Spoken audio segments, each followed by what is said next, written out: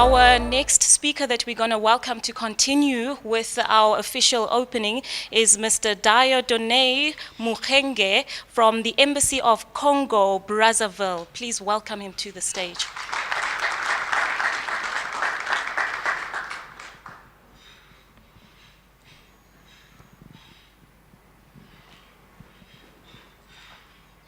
My speech will be in French. Thank you, sir. And his speech will be in French. Okay. Thank you.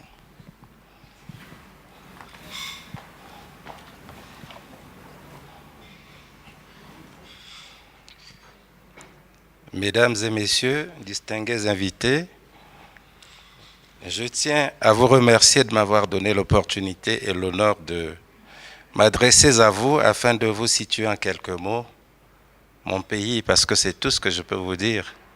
Vous parlez de mon pays, la République du Congo. Pays de 4 millions d'habitants avec une superficie de 342 000 km². Le Congo est le 4e producteur du pétrole en Afrique subsaharienne. Il regorge des ressources naturelles, notamment minières, comme le fer, la potasse, la phosphate, le zinc et d'autres précieux métaux. Ces 10 dernières années, nous avons engagé un train de réformes économiques structurelles et nous avons entrepris d'accélérer les investissements dans les infrastructures qui, comme chacun le sait, ont un impact évident dans le développement socio-économique du pays. Nous avons construit plus de 1500 km de routes sur axe Est-Ouest et Nord-Sud et réhabilité le chemin de fer reliant les 2 villes principales du pays. Son seul port en eau profonde du golfe de Guinée est en cours d'extension pour ainsi jouer pleinement sa vocation de pays de transit et de développer une offre de services, notamment dans le transport et dans l'énergie. Le Congo a multiplié par 6 l'offre d'électricité du pays en 6 ans, à peine. Le développement des énergies renouvelables telles que l'énergie solaire ou éolienne est aussi fortement encouragé. Nous avons lancé également un appel aux investisseurs privés pour la création d'une centrale solaire d'une capacité de 5000 watts. Et le développement durable est un secteur en plein essor également au Congo. Il est possible d'investir dans le traitement et l'exploitation des déchets industriels, hospitaliers et ménagers, pour ceux qui veulent bien venir au Congo dans ce domaine-là. Le bassin forestier du Congo constitue le deuxième poumon écologique de la planète. Effectivement, la forêt couvre plus de 65% de son territoire national. Plus de 12 millions d'hectares de réserves forestières sont destinés à la production. Et l'un des projets qui recherche des investisseurs en ce moment est le bois de teck. Ce type de bois figure parmi les produits forestiers les plus prisés au niveau international. Les sols congolais sont très fertiles et se prêtent au développement de l'agriculture industrielle. Seuls pour l'instant, 3% des terres arables sont mises en valeur sur les 12 millions d'hectares. L'agriculture représente un secteur à fort potentiel et parmi les opportunités existantes, le développement de la production du café, du cacao, de la banane, du tabac, du maïs et de la pomme de terre. En matière de transformation des aliments, il existe de nombreuses opportunités, notamment le développement de la pêche continentale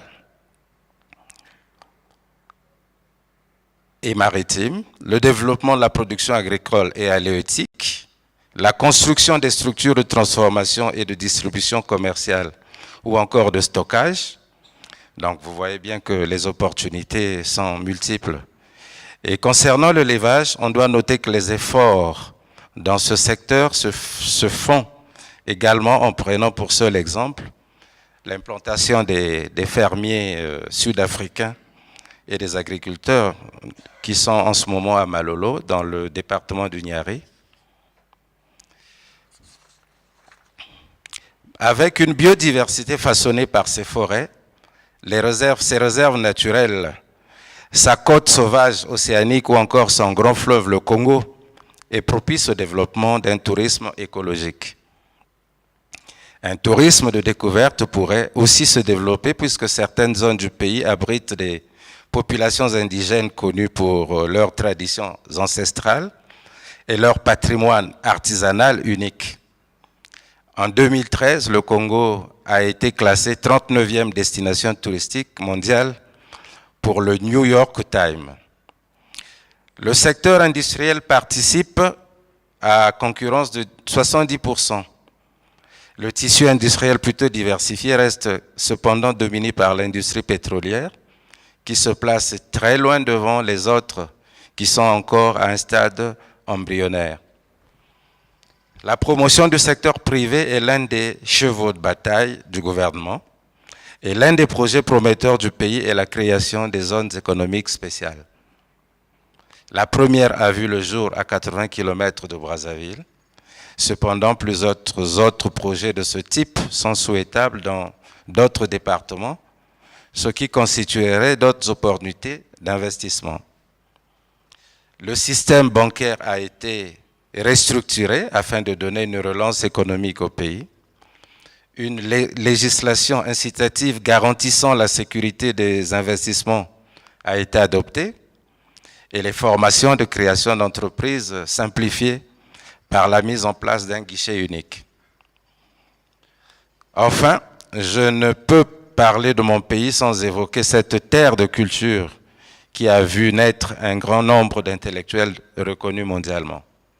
Et dans un pays où le moins de 25% représente plus de 60% de la population, nous misons sur la formation des jeunes dans les nouvelles technologies et les métiers émergents, domaine qui représente un levier économique pour tout le pays.